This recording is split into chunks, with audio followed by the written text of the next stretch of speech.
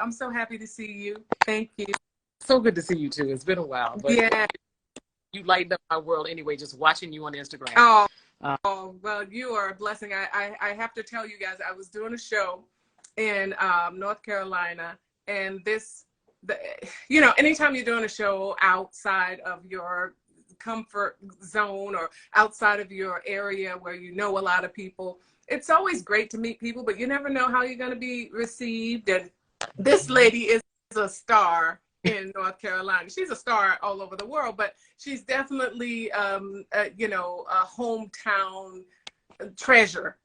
And so when she came and she just embraced me and she was so kind, and a friend of ours, we have a mutual friend who said, you have to meet her, you have to meet her. And she was so kind. And then after I met her, I started reading and looking her up, and I was like, oh my God.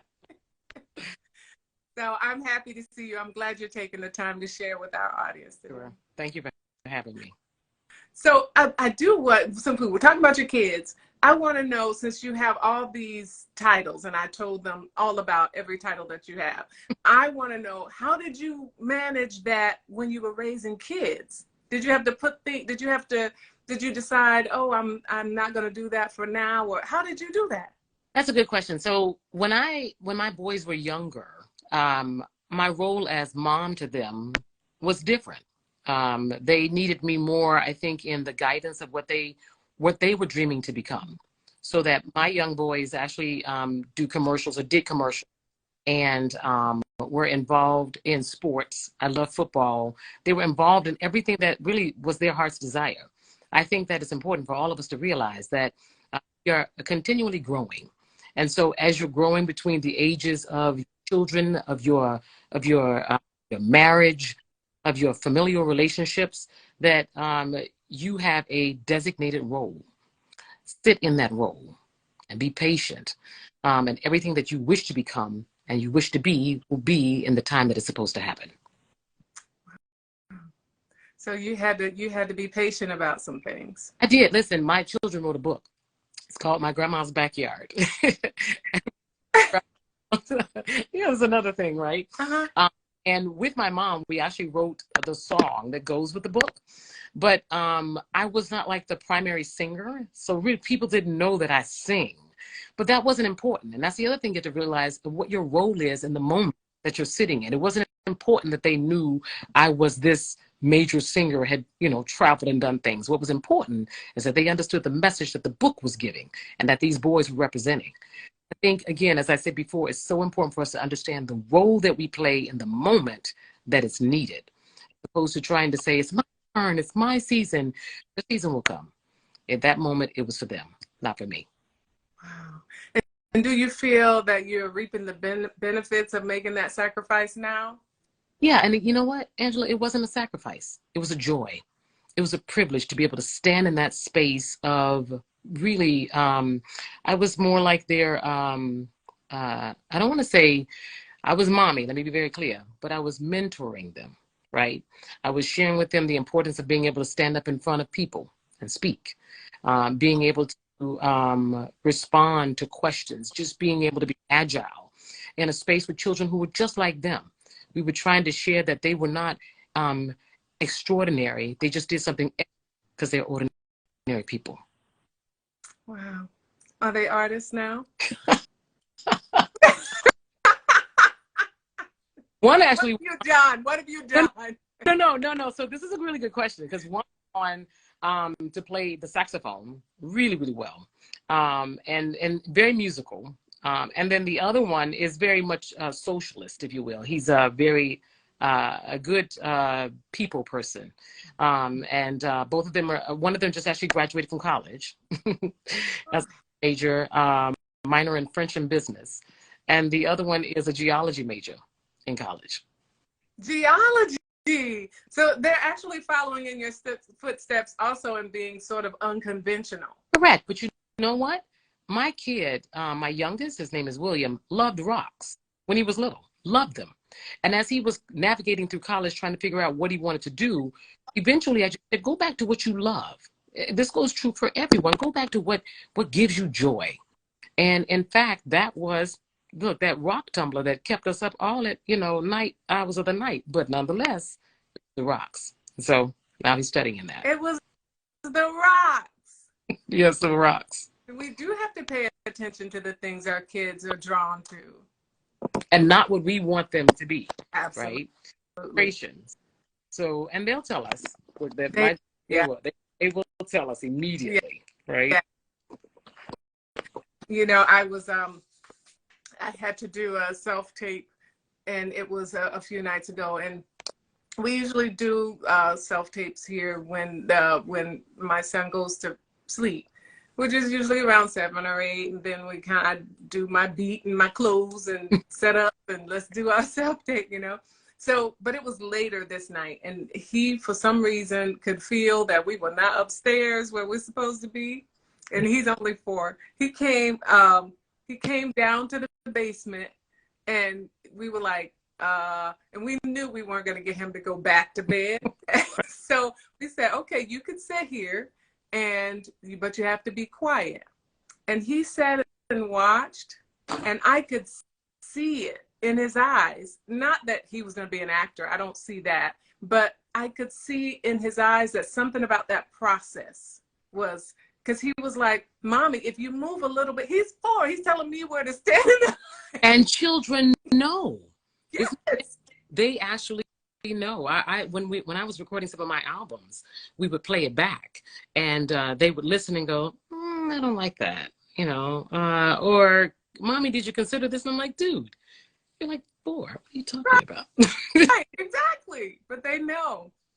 So tell me how you got these, all of these titles. What I want to know is, when you were 16, deciding to go to college, figuring out your major, was this like, knowing that you had all these gifts and all these talents, was this like an agonizing time for you to figure out, well, what am I going to focus on? It definitely was a time of indecision. But what I always tell people when you leave high school and you're getting ready to go into college is that time in life where you get to explore everything you could possibly figure out doing. I was a DJ when I was in college. I ran track when I was in college. I'm trying to think of all the wild things I tried to do. And then I thought, why am I doing that? And then I'll tell you, I went to law school, and I decided I'm going to be a lawyer. I'm going to do nothing else. I'm going to do the books. I'm going to drop all my singing, because a lawyer doesn't do that. And I'll tell you right now, that is just the world telling you some foolishness. Because if you're born with all of those gifts, you use them.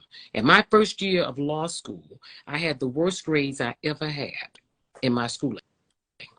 And I remember the first semester after those grades came, I was thinking something is wrong. I literally, Angela, picked up and did a show.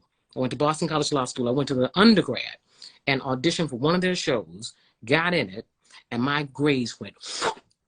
And so what people said was impossible was only true for them. If you were born with all those gifts, if you've been receiving all those talents all your life, don't stop being you, because the world is only better when you're all of who God gave you to be. I picked music, I started singing, I kicked behind in law school, and I have not stopped since. And so the power of it all really is understanding that your truth is in being your authentic self. And your authentic self is using every single gift God gave you. Oh my God. Did y'all hear that? Okay. Did everybody out there hear that? Because we let people put us in these boxes. And it's like, well, now you don't have no business. Even when you decide to pursue a career in the arts, now I only have to do theater, or you only have to do this. Listen, when I was in high school, I remember being captain of the cheerleading squad, and I was singing then. I went to a school of the performing arts in Northside in Atlanta. Mm-hmm. And, my musical director basically said, you cannot sing and cheer. You will lose your voice, he said. And I'm a motivator. I love cheering and I love tumbling. And so I love that. Why is this man telling me I cannot sing and actually cheer? And so the question you have to ask yourself is, because sometimes people don't know they mean well, ask why are they saying that? What is their concern? His concern was that I would not have my voice and be able to perform. So then I thought to myself, well, then how do I treat my voice so that I can do what I want to do? Which means cheer, I got to cheer from my diaphragm. When I cheer, I have to make sure that when I get extremely excited, I don't scream the way I might have a show the next day. It's just being disciplined, really. And so you can use those distractors in your life, those people, those haters, I sometimes call them, to listen to what they're telling you and not necessarily take it for the truth of who you are, but what you need to know so that you can be a better version of yourself. I cheered. You cheered. Well, I know you did. I had no doubt that you cheered. But this technical side, this sort of the IBM part now. So you can work at IBM. I heard what you said earlier. Did you hear what I said? All right. So I've always been curious, right? Analytical, if you will. So when I went to college, I just, again, took every course I could in everything. It mattered to me, you know, if I didn't know something like statistics. I didn't know statistics much. I didn't know coding much, but I took the class. And I started figuring out that those mathematical skills that I have actually can be applied in a different way that's not boring. So coding wasn't boring to me, or statistics it wasn't boring to me. And then I thought, oh, I can use that later on.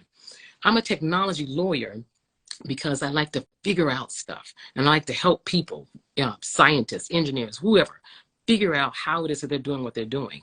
And I'm a learner. I'm a constant learner. Yeah, lifetime learner. Yeah, lifelong learner. So that the first day I got into IBM, I remember they said something to me about source code.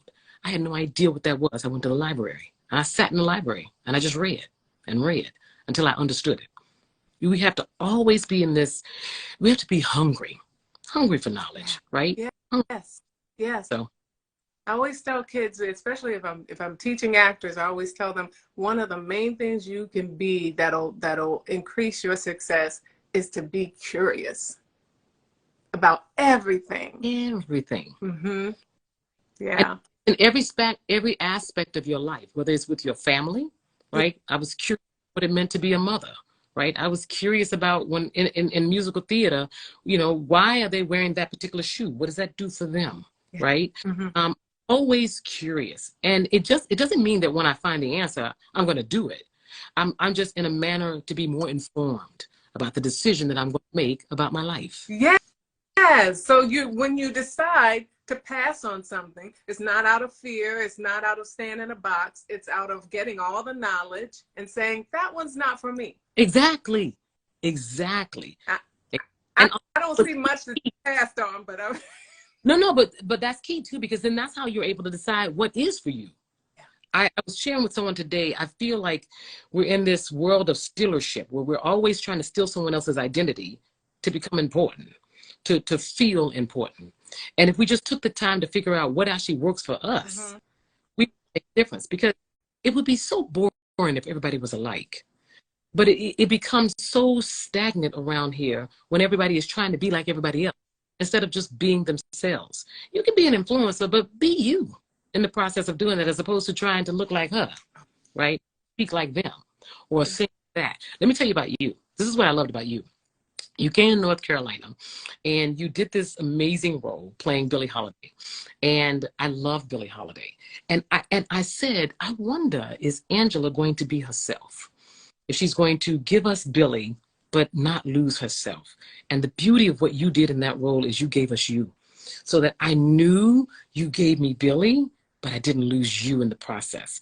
And I think as actors, and even just again as people, we have to remember that even in the process of doing all that we're doing, we cannot lose who we are, because that's the magic of it. That's the magic. So thank you, Yolanda. That means so much. See, people may know you from television. This here. I honestly, I had not known you from the stage, right? I just knew a beautiful person. I knew our friend who knew you, and my job was to make sure your experience in North Carolina was a good one. However I could help that to be. But I'm also an artist. So I walk in looking like, okay, and blew it out the water. Just amazing. So yeah. That means so much coming from you. Like I said, after I met you, I went looking. I was like, whoa, okay. And I'm going to tell you guys some more about who she is as we go along. So stealership, I'm still on that. I think that's something we need to, I think that's something that everybody needs to marinate on, this idea of stealership, because I think that social media has played such a huge part in that, right? Because when we didn't see what everybody was doing, we had to be original. Okay. Okay. Yeah. Mm-hmm. So now we want to wear what people are wearing. We want to look the way people are looking. We want to sing the way they're singing, move the way. And so there's nothing authentic about anyone anymore. Mm-hmm.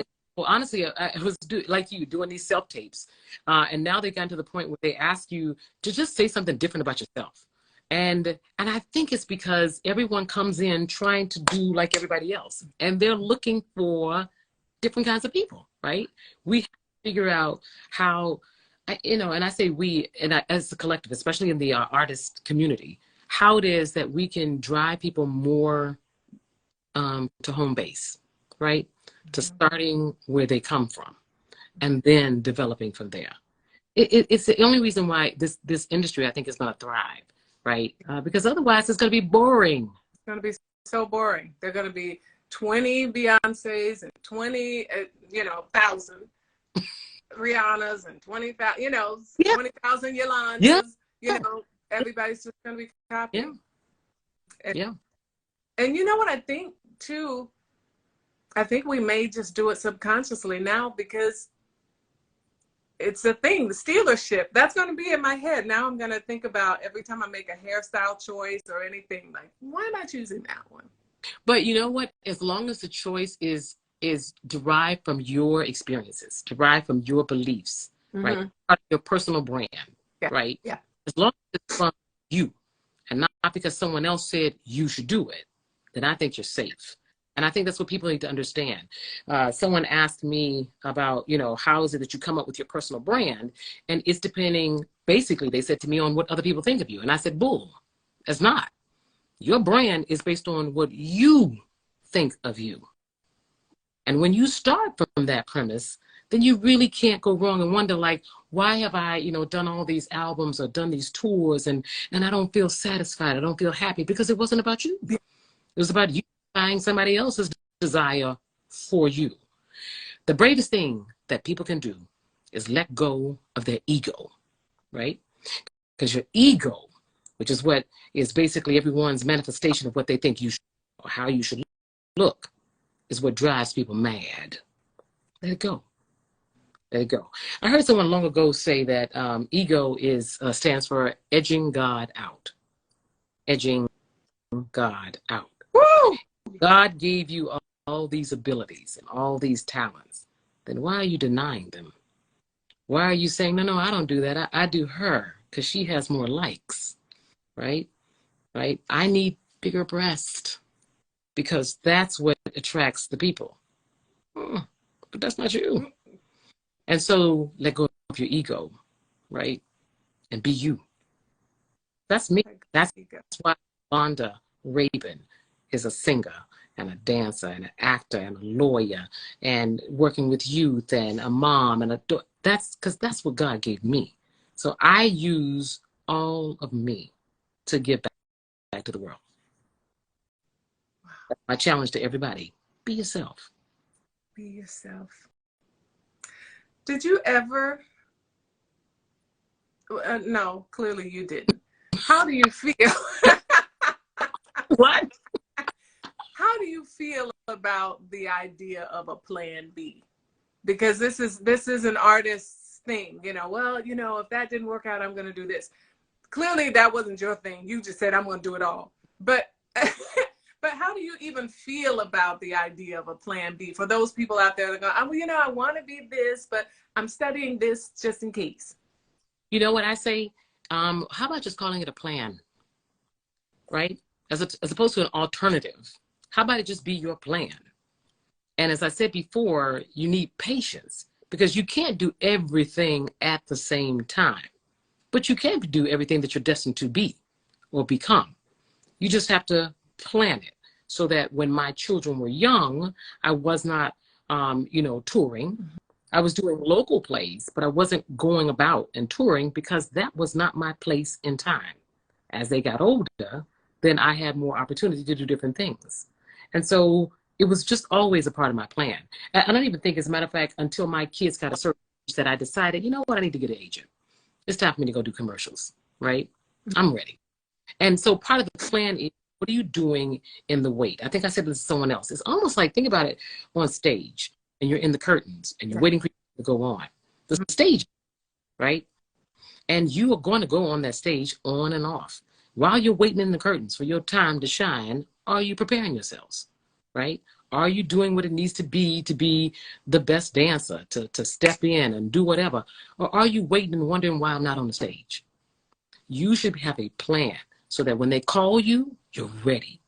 When life calls you and says, now, you're not saying, oh, I want to do that, but I need to study. Be ready. Stay ready. Mm-hmm. So I say it's not a plan B. It never was a plan B for me. It was always, even I'll tell you right now, I'm going to be a professor. Okay? Hasn't happened yet, but it's coming. Right. I speak it into the universe, and I'm just, okay, Lord, let me know. I'm doing what I need to do in the background. I'll be ready when they call. All right, Professor. I know you will. I know you will. Someone asked a question, and I'm going to ask it to you. Do you think it's ever too late? No. I don't even know the question. No. You know why? Because I think I heard someone else say this. Colonel Sanders didn't become the owner or maker of Kentucky Fried Chicken until he was about 67 years old. He was older. As my girl, Tamala Mann? She didn't get her first Grammy and recognition until she was over 50, right? And you have out here doing it now, young age. It is never too late to show up in your life, ever, right? And so for those of you who are thinking about, I don't have time, well, what is time? And what are you waiting on, right? Sure, you have time. You just have to decide now. You have to decide, I'm going to live, right? And do it. Mm. Yes. In reading your bio, I noticed a lot of service-oriented things. A lot of service. When in your life did you decide that that was going to be a core value for you, that was going to be something that you were going to invest in your life? Honestly, I think it started with my family. So some of your core values come from what you were brought up in, right? From my grandfather to my mother, my grandmother. It was always about, I come from a family of ministers. And so we serve. We deliver messages of life. Remember when I was younger, I actually said I was going to be a minister. I was going to go to school, divinity school. And eventually, I remember making an informed decision saying, I don't have to have a collar to spread good news, right? We all are walking creations, right, of a higher being, no matter what you believe in. And you believe that we are all on this earth for a purpose. We're connected to each other. And when we connect, we can actually help each other become, I always say, a better version of ourselves. And so in the end, for me, it was just really about how and everything that I do can I give back. As a lawyer, I volunteer, aside from serving my client, which is IBM. That service is all the same. It's really just looking at the interest of the people in front of you, around you, and trying to make life better for them, which in turn becomes better for you. Yes. When I saw that, I was I wasn't surprised, but it's definitely. And when you said you were going to be a minister, it's the one thing that when I was reading all your titles, I was expecting to see pastor, associate pastor, yeah. Yeah, no, no, not I know of. But But yeah, and you know what? you've been doing that. That those titles are not for me. It's for everybody else Mm-hmm. because we still live in a world that only validates you based on who they think you are. Mm-hmm. Because I always say, stand in your truth of who you are. Because when they blow the wind a different way and don't like you, I need you to still like yourself. I need you to understand that what they thought of you has nothing to do with who you are, right? So in the end, you know, I remember when I started voting for the Grammys, I started getting treated differently. I was like, Yes. Yes. I should stop playing around. Um, but that's the game. Mm-hmm. Right? And that was me simply learning the language and acquiring the skills to speak the language so that I could be at the table Yeah. to make it right. And did you pursue becoming a Grammy voter, or did it come to you, or was it something that you said, "I want this It's a, because I want it"? I think Mm-hmm. it was a combination of the two. Um, Mm-hmm. completed my second album. I actually was approached by the Recording Academy, and I was intrigued. As a result, I applied and got in. Wow. Do you encourage people to do that, or? You know what I do, because I don't know if you all remember, but a number of years ago, there was a result in the Grammys that upset a lot of people. They couldn't believe certain people had won. Mm-hmm. And at the end of the day, it goes to exactly what we're going through in the politics of the world. If you don't vote, right, Yeah. then you don't. So if we want to have a say at the table of making sure that the people who actually are recognized for their artistry are not doing or getting that accreditation because of their popularity, then join the industry, right, and vote. And so I voted very serious, and I love the administration at the Recording Academy now because they also do as well. It's not a popularity contest. They don't encourage you to go and buy votes or do anything crazy like that, right? It is, I think, a legitimate system. And I know that a lot of the people I voted for won this year, so I'm extremely excited. Ha! As my Yes. Sarah Joy, as a matter of fact, was one of those persons for Best New Artist.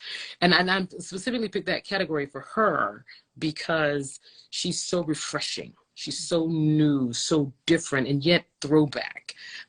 And it's artistry. It's not, if you don't know her before, if you didn't know her before, I hope you know her now, right? It's those things of, ooh, I get to help deliver more, what do you call it, prominence to someone who really, really deserves it. Yeah. And like, what if she fell for the stealership thing? Okay, right? What if somebody, an artist like her, fell for that and tried to fit herself into, I mean, she's like perfectly suited for what she's doing, but I'm sure that probably didn't look like that at first.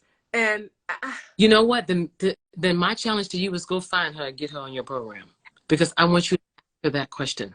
She is an artist who I believe would tell you truthfully she knew who she was from the beginning. For the little that I do know about her, the way she sings comes from her soul.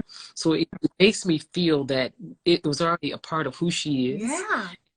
She's just giving you her.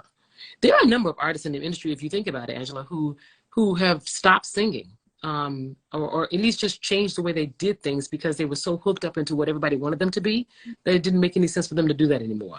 And I applaud them, right? Because you can, listen, folks, you can be on the wrong track.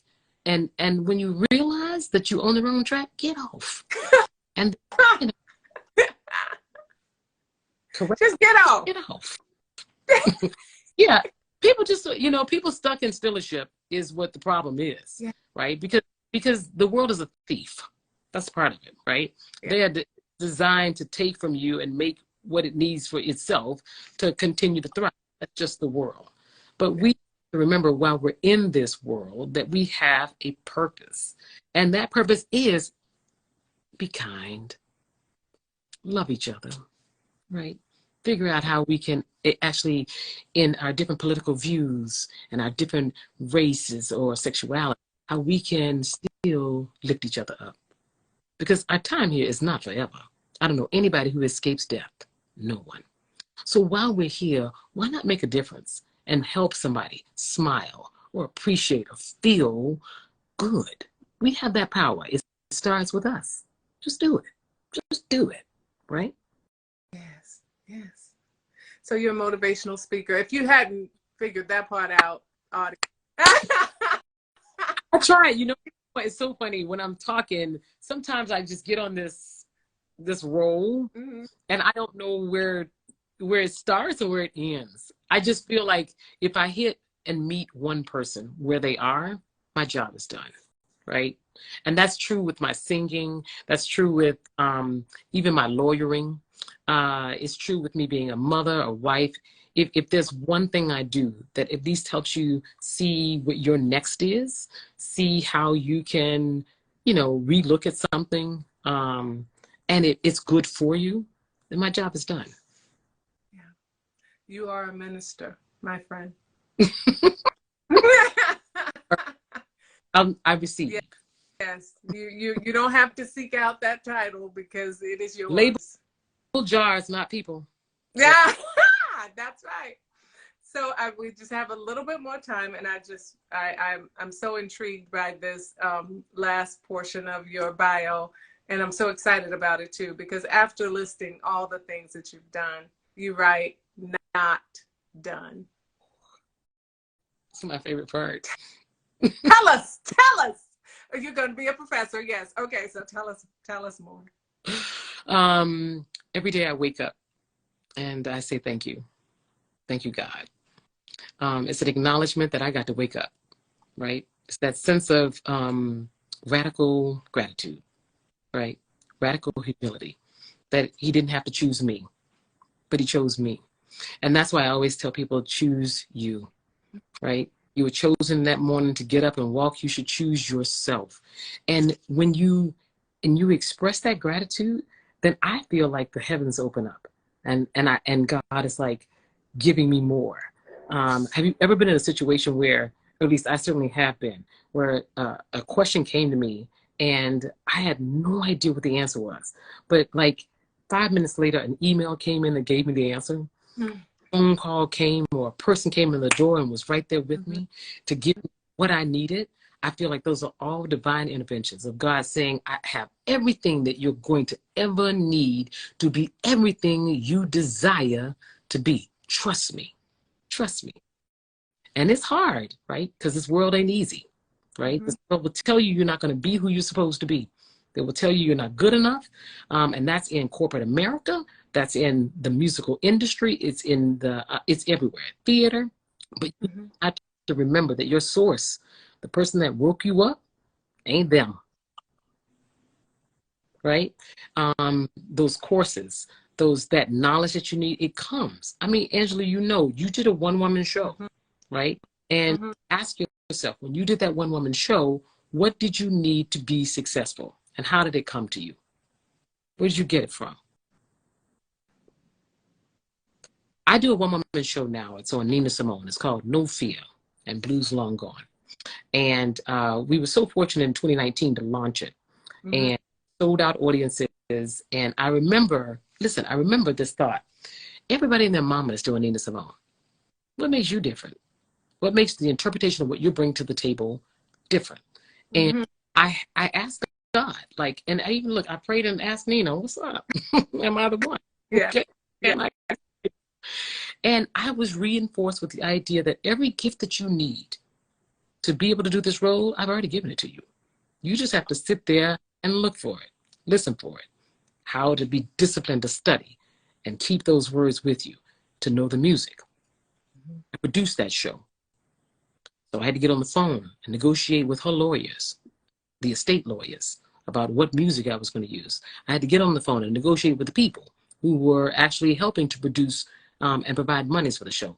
I was freaked out when I was first given this opportunity. Am I able to do this? And I remember thinking, don't you know who you are? Don't you know who you think you are? Don't you know who you belong to? Every skill, my lawyering skill, my organization skill, my musical talent skill, my working with people skill, all of them came at one time. And that I was afraid of, that fear we talked about before, poof, gone. Lord help me. That's all I needed. That's all you needed. Seek ye first. Believe. You got to believe. Yeah. Is it possible? Anything can happen if you let it. Anything. If you let it. Okay. Can work it out. What? If you let it. I always tell people, be open to anything and attached to nothing. What? Open. Anything can happen. Attached to nothing. No, we never done it that way. Really? What you attached to? That's not possible. Wow. How can the audience get your album? Oh, Albums. And one is, look, wait a minute. One is on the way. Uh-oh. What? This will be what? The third one? This will be the fourth one. The fourth album. Come on. Yeah, so my first album was So Real. My second album was Christmas Time, which I absolutely love. My third album, Yolanda. And I have a fourth album that's coming out this year. So you have to find me at www.yolandaraven.com. Yes. You can get my music on Spotify, Amazon, anything streaming in America. And in other states of everywhere else. You can find me. And I'm on Instagram, as you see. I'm on Twitter. I'm out there. And follow her, guys. Follow her. When you get off of here with me, follow her. I want to tell you, before I let her go, I want to tell you some of the people she has been on stage with, some of the people she has been singing with, so you understand the caliber of guests we have here. She has headlined international festivals, opened and sung with such iconic artists as Jennifer Holliday. We love Jennifer here, Artist Talk. Howard Hewitt, Ron Isley, the Isley Brothers, Kim, Stephanie Mills, Layla Hathaway, Will Downing. I mean, look. So, okay, I'm out of time, but I do need to ask you this. Do you feel that because you have so many other things and because you're living your passion in so many other ways and using your gifts, that you don't approach anything with desperation? So maybe that's why these things come to you? Oh my gosh, that's a great question. I do think that has a lot to do with my confidence in what I do. Is it possible someone will tell me no? Yeah, I've heard it a lot. But I also firmly believe in who I am and who I am to be on this earth. And I believe in that a little bit more than they don't believe in me. So everything that people say I couldn't do, I'm doing, right?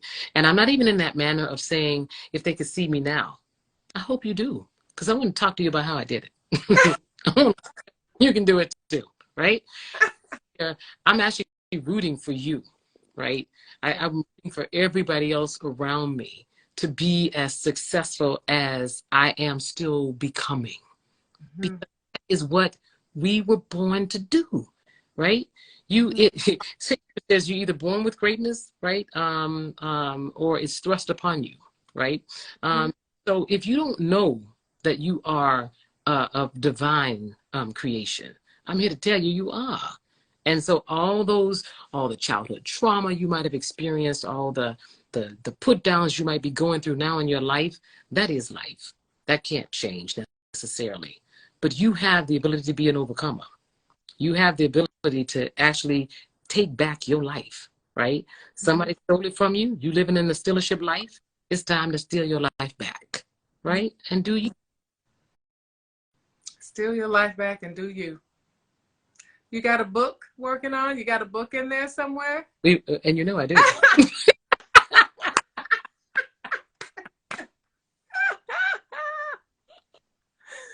Yes. Because there's a way that I get this all done. I'm surprised you didn't ask me, so I'll tell you very secretly the way my entire life, all at the same time. My life is my work, right?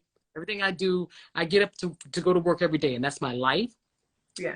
I'm organized, right? So if you're one of those people who are not organized, I want you to start thinking about how to organize your life. And there's three things I always do: project, reflect, respect. I project. I look at what's happening in the coming week to see how I'm going to show up. I reflect to look at what happened the past week, the past year, the past month, so forth, or wherever. You go to my website, you'll see how I do it, because I think we learn from our mistakes. I think we learn from our even our steps that we take to see how we can become, again, a better version of ourselves. But the last part, which is very important, is respect. And that is, I respect the moment I'm in right now with you here. That's more important to me than anything else. And you have to have all three to be able to get it all done. So what advice do you give to people in order for them to get organized? What can they do? Get your book? At YolandaRaven.com. Follow me. It's coming. Album. And again, what we said before, it's not a plan B, it's a plan. Have a plan. Stop thinking alternatives to your life and just live your life. Plan it. Have a goal, right? Without that plan, your dreams can't go anywhere. So everybody has dreams. I always say, hold on to your dreams, hold on to them. But have a plan associated with how you're going to get things done. And then do the work. Do the work. Yeah. And it comes. Yeah. Be organized. Be organized. Project, reflect, respect. There are people who will help organize your life, right? Yeah. Get organized. Yeah. This has been so good. Thank you, Angela. You are a blessing to us all. Thank you. You're not just a treasure to North Carolina. You're a treasure to us all. So just thank you for sharing today. I'm inspired. I'm going to go get organized when I Look, and I'm going to go update that other phone with the right. You guys go update your phone. You guys follow Yolanda. Get those albums. Go to YouTube and watch some of her clips. I mean, she is a dynamic performer. And I hope you've been inspired by her life. I hope you have, because it's blessed me. Thank you for coming, my friend. Thank you for having me. See you later. See you later. Bye-bye. Bye. So you guys, oh my goodness. Wasn't she amazing? Yes. Go to the website, go to her website, go to her Instagram right now, follow her, and just keep up with everything that she's doing. All right. And I will see you next week. Isn't this great? Like last time I had Carla, who was also a major. Love her. No. Okay. Major, like multi-hyphenate, just like you. And she's the same. She's just like you. You got to get her latest book. It's crazy good. Amazing. Yeah. Amazing. It's crazy good. All right. I'll see you later. I love you for watching. Mwah, mwah, mwah. Bye, Yolanda. Yolanda Raven, everybody. Yolanda Raven. Thank you. Bye.